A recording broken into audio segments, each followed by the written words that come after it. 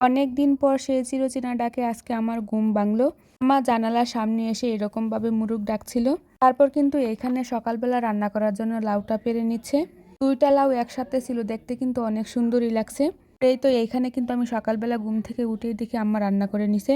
রান্না করছে মূলা শাক আর দেশি মুরগি আলু দিয়ে ঝোল। আমাদের রান্নাটা কিন্তু অনেক সকালই হয়ে যায়। ভাই যেহেতু সকাল সকাল চলে যায়, তো আমার আম্মা কিন্তু ফজরের নামাজ পড়ে রান্নাটা করে নেই। অনেকদিন পরে কিন্তু দেশি মুরগির ঝোল খাওয়া হয়েছে, আমার কাছে তো অনেক ভালোই লাগছিল। এইখানে কতগুলা মুরগ ছিল, দেখতে কিন্তু মাশাআল্লাহ অনেক সুন্দর লাগছে। দুঃখের বিষয় হলো এখানে কিন্তু আমাদের একটা মুরগও নেই। এই তো এইখানে কিন্তু আমার ছেলে কিন্তু হেঁটে হেঁটে চলে যাচ্ছে। আজকে আমরা কিন্তু একটু হসপিটালে যাচ্ছি। আমাদের শরীরে এত পরিমাণে চুলকানি হয়েছে যা বলার বাহিরে। জন্যই ভাবলাম যে এইখানে একটু ডাক্তার দেখিয়ে নিই। জানতাম আমি কোনো কাজই হবে না, তবুও আর কি যাওয়া হয়েছে। সাদের 1 বছর ধরে ট্রিটমেন্ট চলতেছে মাইমিসিং। তারপর যখন এই হসপিটালে কাজ হয় নাই, তো মাইমিসিংয়ে কিন্তু চলে গেছি। করোনার ভ্যাকসিন দেওয়ার পর এত পরিমাণে চুলকানি হয়েছে, শুধু আমাদের না, অনেক মানুষের প্রায় এরকম অবস্থা। আর এই তো এখানে কিন্তু ইউনিভার্সিটিটা দেখা যাচ্ছে এখান থেকে। এখানে যে আশেপাশে কচুরিপানা দেখা যাচ্ছে, এখানে কিন্তু বিল ছিল আগে। এখানে কিন্তু কিছু অংশ বিলের বাকি রয়ে গেছে। আমাদের এই রাস্তাটার কিন্তু অনেক বেহাল অবস্থা। রাস্তার ধুলাবালি দিয়ে একদম নেটটা নষ্ট হয়ে গেছে। এই রাস্তাটা কিন্তু 5-6 বছর ধরে এই অবস্থায় কেউই কিন্তু মেরামত করে না।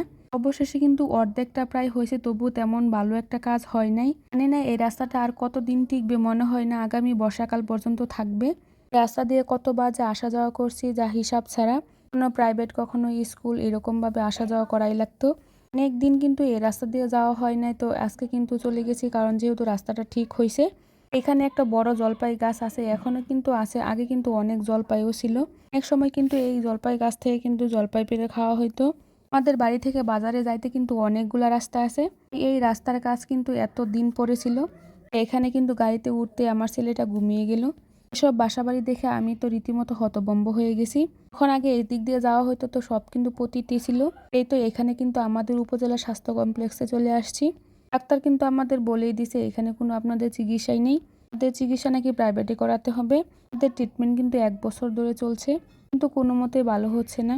উপজেলা স্বাস্থ্য কমপ্লেক্সে এত পরিমাণে ভিড় হয়, এখানে কিন্তু সব ধরনের মানুষই চলে আসে চিকিৎসা নেওয়ার জন্য। আর এখানে কিন্তু ভালো চিকিৎসাও হয়। ভিড় হওয়াতে কিন্তু আমরা দুপুরবেলায় চলে গেছি। এখানে কিন্তু এই সময়টা অনেক ভিড় কম হয়।